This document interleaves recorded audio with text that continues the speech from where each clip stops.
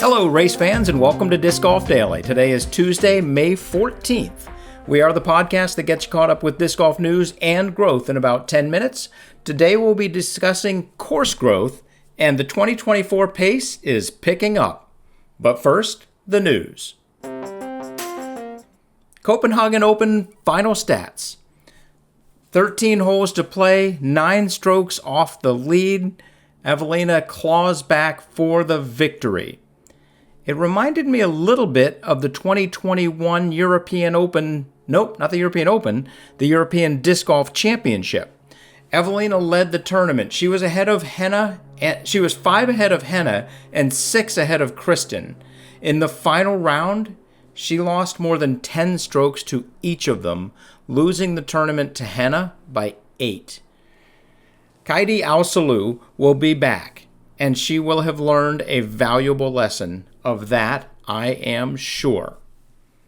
Evelina Salonen has had game for quite a while. Prior to 2024, she had a major victory and 2 Elite Series victories. In 2024, she has matched that already, and we're not even halfway through the season. We might have a pretty exciting Player of the Year battle on the women's side. The first fork in the tour. That is a line I lifted from Charlie at the players' meeting that encapsulates it perfectly. As DGPT Europe comes into reality, touring pros have diverged. A few went to Europe. Some of them went to the 303 Open. Aaron Gossage got the win over local legend Joe Rovere, sorry Joe, and Holly Finley cards her second win of the year on the women's side. Some went to the Masters Cup, where Ezra Robinson won his first pro event in California, besting Trent Somerville and Max Crotty. And Owen Scoggins wins by 16 on the women's side in this 3-round event at one of disc golf's mecca courses. And coming into the Las Vegas Challenge, Connor Rock's highest rated round was 1071, based on my research. In round 2, he shot a 1073 rated round and lost a stroke to Gannon Buhr, putting him 7 down with 2 rounds played and 2 rounds to go. In the final round, he would best that rating, shooting a 1080 rated 48 and beating Gannon Buhr, who shot an uncharacteristic 1036, by 1. Meanwhile, on the women's side, with most of the Europeans playing in Copenhagen, the table was set. It was time for the Americans. However, the event was taken down by Norwegian Lucky Lorentzen, with Sophia Donachie of Canada coming in second. Lisa Fakis had another good showing, finishing 4th. Our number 2 news story of the day. There were 6 discs that have recently been approved by the PDGA. The Paladin, a distance driver by North Star, and my best D&D character in my sophomore year of high school, well, that's the end of that, was PDGA approved. The Tex, a fairway driver, and the Houston, a mid-range, have been approved for Lone Star.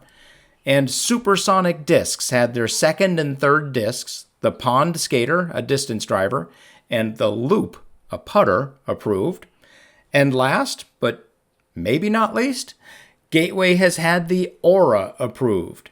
It is a wide-winged distance driver that can truly only be seen if you soften and slightly squint your eyes while looking at it in a mirror. Our number 3 news story of the day, New York City Disc Golf Course number 1. This nugget comes to us from Release Point, the UDisc blog, thanks to Steve Hill for investigating and writing it up. Link in the show notes to read the entire article, and it is a good read. I would highly recommend it. Alex Hoyle, an Arkansas transplant, played disc golf before moving to the city. He formed the Brooklyn Disc Golf Club and would host field trips to courses outside the city while simultaneously hosting a weekly pop-up course in Prospect Park inside the city. New York City has over 8 million residents and 0 courses. There are over 50 courses within 50 miles, but most residents are reliant on public transit, and that just doesn't work for most city dwellers, especially since the closest course is 30 miles away. While Alex Hoyle was hosting pop-ups and building a community, Alex Bender, a Colorado native, was making cold calls to anyone in the city and parks department that would listen. He wanted to get a disc golf course put in. Bender happened to see Hoyle's group playing disc golf during a pop-up event one day, and the two meeting was kismet. They worked together, rebranding as New York City Disc Golf Association, and successfully lobbied to get New York City's first disc golf course installed in Highland Park. Using data from UDisc, the PDGA, the legitimizing effect of the Paul McBeth Foundation, and the subway, they were able to tout the growth of disc golf at the courses in the region, while also mapping out the number of people that would be served by a course in New York City, specifically Highland Park. The last community board meeting, Hoyle recalls a board member being excited about giving the kids another positive outdoor activity. And he thinks that this was the most heard part of the pitch.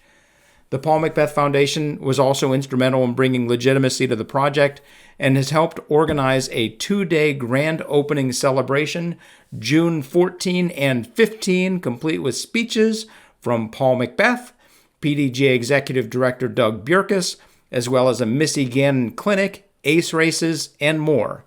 If you find yourself in New York City, go check it out.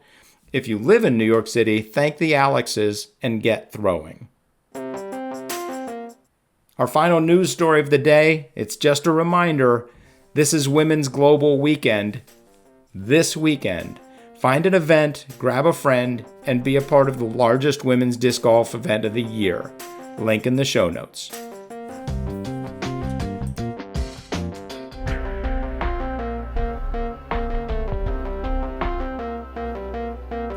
It's Course Growth Tuesday. I love the smell of course growth in the spring. We had 30 new courses put in the ground last week, which matches the most we've had all year in 1 week. That's an average of 4.3 courses every day. We currently have 15,479 courses. This year, we are averaging 19 new courses per week over the entire year, 2.7 courses every day. I estimate that we will have 16,085 courses by the end of the year, having put 985 courses in the ground. Well done, disc golf. And just so you know, this is an annual growth rate of 7.24%. And yes, that number keeps going up. The United States added 11 new courses. Norway added 4 new courses last week. Finland added 3. Germany, Czechia, Australia, and New Zealand each added 2, while Estonia, Denmark, Colombia, Thailand, and the Philippines each added 1. That's a pretty good week for disc golf. And that's a pretty good day for Disc Golf Daily.